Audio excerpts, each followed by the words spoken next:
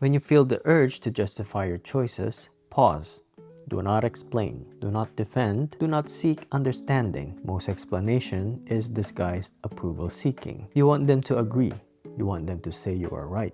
You want permission. Try this instead. Make a decision, state it once, and then stop talking. Their confusion is not your emergency. Their disapproval is not your problem. Their questions are not commands. You feel uncomfortable. You will want to fill the silence. You will want to make them feel better. Do not. Let them sit with their reaction. Let yourself sit with the discomfort. You are training yourself to separate your choices from their feelings. Over time, you stop needing their approval because you stop asking for it.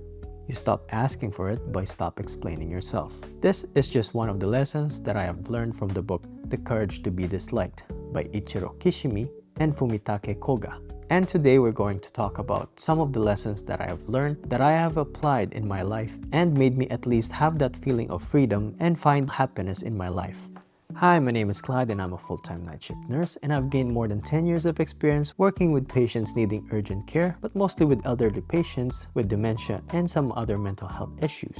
And today we're going to talk about how I stopped caring so much on what other people think.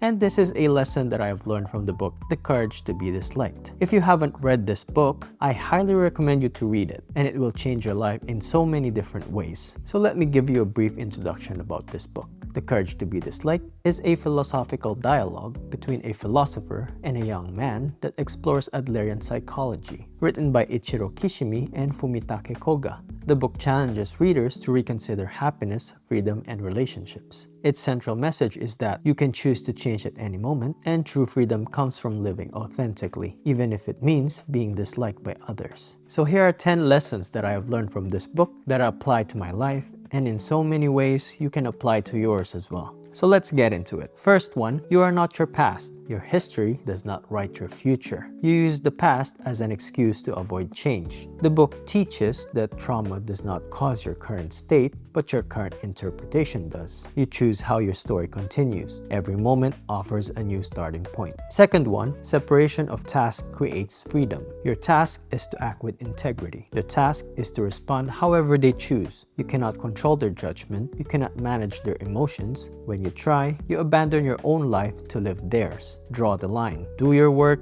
let them do theirs. Third one, you do not need to be special. The drive to be exceptional is a trap. It keeps you performing. It keeps you measuring. Ordinariness is not failure. It is freedom. You contribute without needing to be the best. You exist without needing to prove your worth. Fourth one is approval seeking is self-abandonment. When you live for others' approval, you give them control. You become a puppet. You lose your voice. The courage to be disliked means accepting that some people will disapprove. That disapproval is not your problem. It is the price of living authentically. Fifth one, happiness comes from contribution, not achievement. You do not find meaning by winning. You find it by contributing to the community. Do not ask, am I successful? Instead, am I useful? Shift from self-focus to community feeling. Happiness is a byproduct of helping, not a trophy you earn. Sixth one, change is always possible. You are not stuck. You choose to stay stuck because change feels dangerous. The book insists that you can change right now.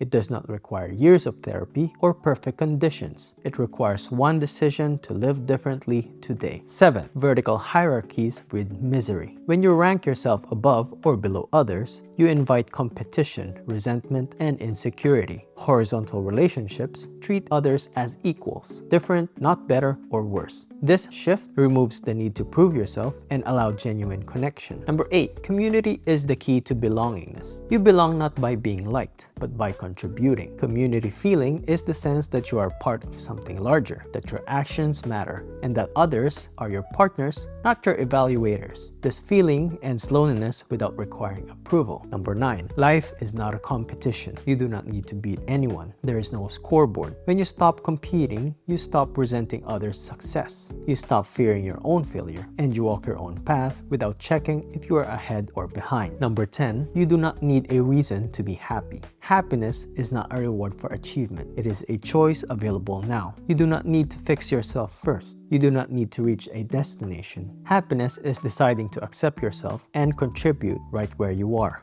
These lessons from the book The Courage to Be Disliked are not abstract philosophy. They are practical tools for daily life. They challenge you to stop waiting for permission, stop seeking approval, and stop using past as an excuse. You have the power to change now, not tomorrow, not when your conditions are perfect, but now. The courage to be disliked is not about being difficult or cold. It is about respecting yourself enough to live authentically. It is about drawing the boundaries and also about contributing without needing applause. As a nurse working night shifts for over a decade, I have seen so much energy people waste trying to control what others think. Patients worry about being a burden, families worry about being judged, and staff worry about being criticized. But when you apply these principles, when you separate tasks, stop competing, and focus on contribution, you find a quiet freedom. You stop performing, you start living. If this resonates with you, I'd love to hear your thoughts in the comments. Which lessons hit you hardest? What part of your life are you ready to change today? Don't forget to like this video if you found it helpful, and subscribe for more videos like this and my personal growth from living as a night shift nurse who's learned a thing or two about living authentically. Remember, you don't need anyone's permission to start differently. The courage to be disliked begins with one small choice today. Thank you all for watching and see you on the next one.